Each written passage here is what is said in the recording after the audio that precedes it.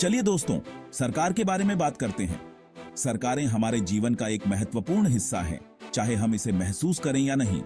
वे हमारे समाज की संरचना को निर्धारित करती हैं और हमारे दैनिक जीवन को प्रभावित करती हैं। ये वो सिस्टम है जो हमारे देशों को चलाता है, चाहे वो अच्छा हो या बुरा। सरकारें हमारे लिए नियम और कानून बनाती हैं जो हमारे समाज को व्यवस्थित और सुरक्षित रखते हैं। अलग अलग तरह की सरकारों को समझना बहुत जरूरी है। लोकतंत्र, राजशाही, सत्तावादी शासन और धर्मतंत्र, ये सभी सरकार के विभिन्न रूप हैं और इनका हमारे जीवन पर अलग अलग प्रभाव होता है। क्यों?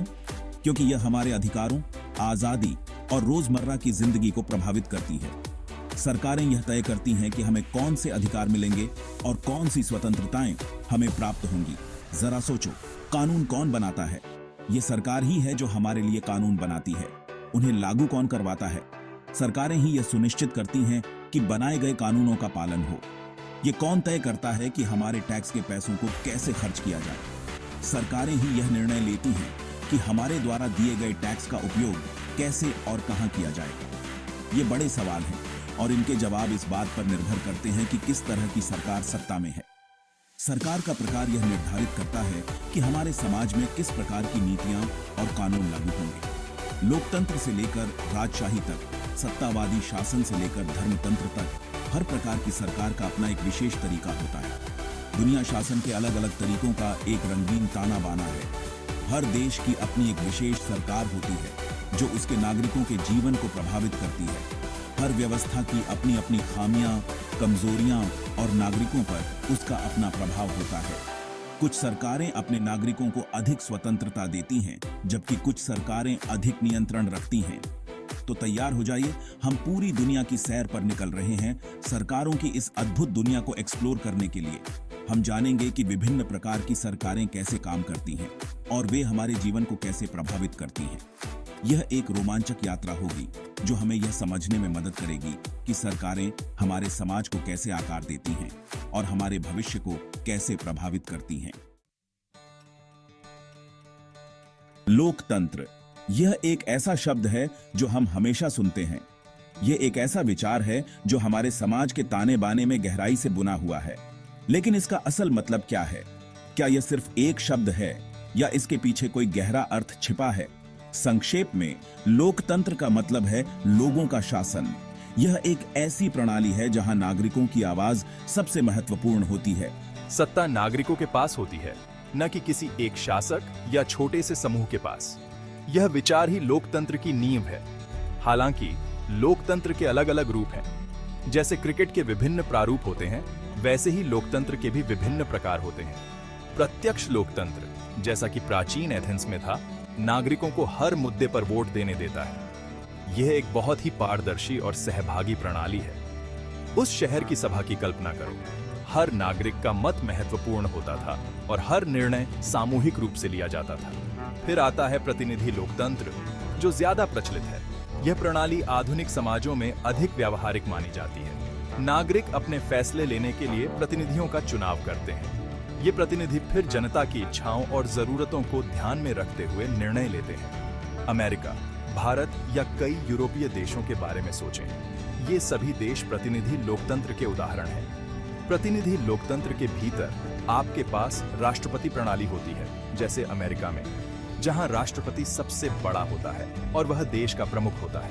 और संसदीय प्रणाली होती है, जैसे ब्रिटेन या भारत में, जहां प्रधानमंत्री शासन चलाता है। यहाँ प्रधानमंत्री संसद के सदस्यों द्वारा चुना जाता है। लोकतंत्र अव्यवस्थित है, यह शोरगुल वाला है और यह धीमा हो सकता है, लेकिन यह इसकी खूबसूरती भी है। और यह धीमा हो सकता है, कभी कभी निर्णय लेने में समय लगता है, लेकिन यह सुनिश्चित करता है कि हर आवाज सुनी जाए। लेकिन हाँ, कम से कम आपको अपनी बात कहने का तो मौका मिलता है ना? यह एक ऐसा मंच है जहां हर किसी की राय मायने रखती है और यही लोकतंत्र की असली ताकत है। लोकतंत्र हमें यह सिखाता है कि हम सब एक साथ मिलकर बेहतर भविष्य का निर्माण कर सकते हैं। यह हमें एकजुट करता है और हमें एक समुदाय के रूप में मजबूत बनाता है। तो अगली बार जब आप क्रिकेट मैच देखें तो याद रखें कि जैसे क्रिकेट में हर खिलाड़ी का योगदान महत्वपूर्ण होता है, वैसे ही लोकतंत्र में हर नागरिक की आवाज महत्वपूर्ण होती है। यह हमारी जिम्मेदारी है कि हम अपने अधिकारों का सही उपयोग करें और एक बेहतर समाज का निर्माण करें। यही लोकतंत्र की असली ताकत है। और अंत में याद रखें कि लोकतंत्र सिर्फ एक प्रणाली नहीं है, यह एक जीवन शैली है। यह हमें सिखाता है कि हम सब एक साथ मिलकर काम करें और एक बेहतर दुनिया का निर्माण करें। तो चलिए इस लोकतंत्र को और मजबूत बनाएं और एक बेहतर भविष्य की ओर कदम बढ़ाएं। सच बताओ, भला किसे शाही परिवारों के ड्रामा अच्छे नहीं लगते? शाही परिवारों की कहानियां हमेशा से ही लोगों को आकर्षित करती रही हैं। चाहे वह किसी राजा की वीरता हो, किसी रानी की बुद्धिमानी या फिर किसी राजकुमार की रोमांटिक कहानी, शाही परिवारों का ड्रामा हमेशा से ही दिलचस्प रहा है। राजाओं और रानियों वाली राजशाही सदियों से चली आ रही है। यह एक ऐसी व्यवस्था है जिसमें एक शासक या शासिका का शासन होता है और यह शासन पीढ़ी दर पीढ़ी चलता रहता है। शाही परिवारों का इतिहास बहुत पुराना है और इसमें कई दिलचस्प कहानियां छिपी हुई हैं। लेकिन इन शाही उपाधियों को देखकर धोखा मत खाओ। यहां जितना दिखता है उससे कहीं ज्यादा कुछ है। शाही परिवारों की जिंदगी में बहुत सी चुनौतियां और जिम्मेदारियां होती हैं। उन्हें अपने राज्य की देखभाल करनी होती है, अपने लोगों की भलाई के लिए काम करना होता है और साथ ही अपने परिवार की प्रतिष्ठा को भी बनाए रखना होता है। एक पूर्ण राजशाही में शासक के पास सर्वोच्च शक्ति होती है। वह अपने राज्य के सभी निर्णय लेता है और उसकी बात ही अंतिम होती है। ऐसे शासक को अपने राज्य के लोगों की भलाई के लिए काम करना होता है और उन्हें न्याय और सुरक्षा प्रदान करनी होती है। सऊदी अरब के बारे में सोचो, राजा ही सब कुछ होता है। बस वहां का राजा अपने राज्य के सभी निर्णय लेता है और उसकी बात ही अंतिम होती है। सऊदी अरब में राजा की शक्ति बहुत अधिक होती है और वह अपने राज्य के सभी मामलों में हस्तक्षेप कर सकता है।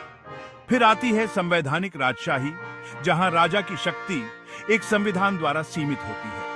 ऐसे में राजा के पास कुछ सीमित शक्तियां होती हैं और वह अपने राज्य के सभी निर्णय नहीं ले सकता। उसे अपने राज्य के संविधान का पालन करना होता है और अपने लोगों की भलाई के लिए काम करना होता है। ब्रिटेन इसका एक बढ़िया उदाहरण है।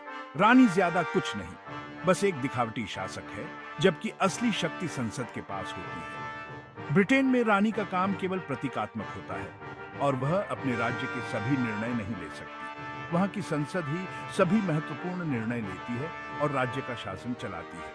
हो सकता है कि आज के जमाने में राजशाही पुरानी लगे, लेकिन यह अभी भी कई रूपों में मौजूद है। कई देशों में आज भी राजशाही व्यवस्था है और वहां के लोग अपने शासकों का सम्मान करते हैं। राजशाही का इतिहास बहुत पुराना है और इसमें कई दिलचस्प कहानियां छिपी हुई हैं। कुछ लोगों का तर्क है कि वे स्थिरता प्रदान करती हैं, जबकि अन्य लोकतंत्र के इस युग में उनकी वैधता पर सवाल उठाते हैं। राजशाही व्यवस्था में स्थिरता होती है और लोग अपने शासकों का सम्मान करते हैं, लेकिन कुछ लोग इसे पुरानी और अप्रासंगिक मानते हैं और लोकतंत्र को अधिक महत्वपूर्ण मानते हैं। यह एक ऐसी बहस है जो सदियों से चली आ रही है और शायद आगे भी चलती रहेगी। राजशाही और लोकतंत्र के बीच की यह बहस हमेशा से ही दिलचस्प रही है और इसमें कई महत्वपूर्ण मुद्दे शामिल हैं। पीढ़ियों तक चलने की संभावना है। यह देखना दिलचस्प होगा कि भविष्य में राजशाही और लोकतंत्र के बीच का यह संघर्ष किस दिशा में जाता है और इसमें कौन सी नई बातें सामने आती हैं। भाग 4, सत्तावाद। जब शासक सारे फैसले लेता है। अब हम उस जगह पर आ गए हैं जहां एक व्यक्ति के पास सारी शक्ति होती है। सत्तावाद पूरी तरह से मजबूत केंद्रीय नियंत्रण और सीमित व्यक्तिगत स्वतंत्रता के बारे में है। इसे ऐसे सख्त माता पिता की तरह समझो जो आपको कभी घर से बाहर नहीं निकलने देते। सत्तावादी शासन में सरकार मीडिया से लेकर सेना तक सब कुछ नियंत्रित करती है। असहमति बर्दाश्त नहीं की जाती है और चुनाव अगर होते भी हैं तो धांधली से भरे होते हैं। या तो शासक की चलेगी या फिर कुछ नहीं। उदाहरण, चीन सूचना और राजनीतिक विरोध पर अपनी कड़ी पकड़ के साथ जहन में आता है। पुतिन के शासन में रूस भी तेजी से सत्तावादी प्रवृत्तियों को दर्शा रहा है।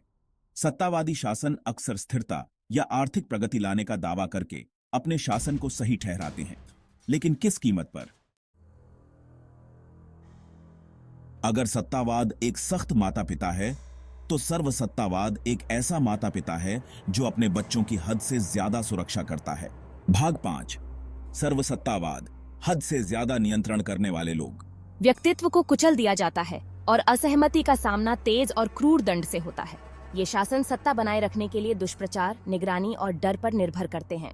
उत्तर कोरिया के बारे में सोचो, जहां सरकार इंटरनेट से लेकर हेयर स्टाइल तक सब कुछ नियंत्रित करती है।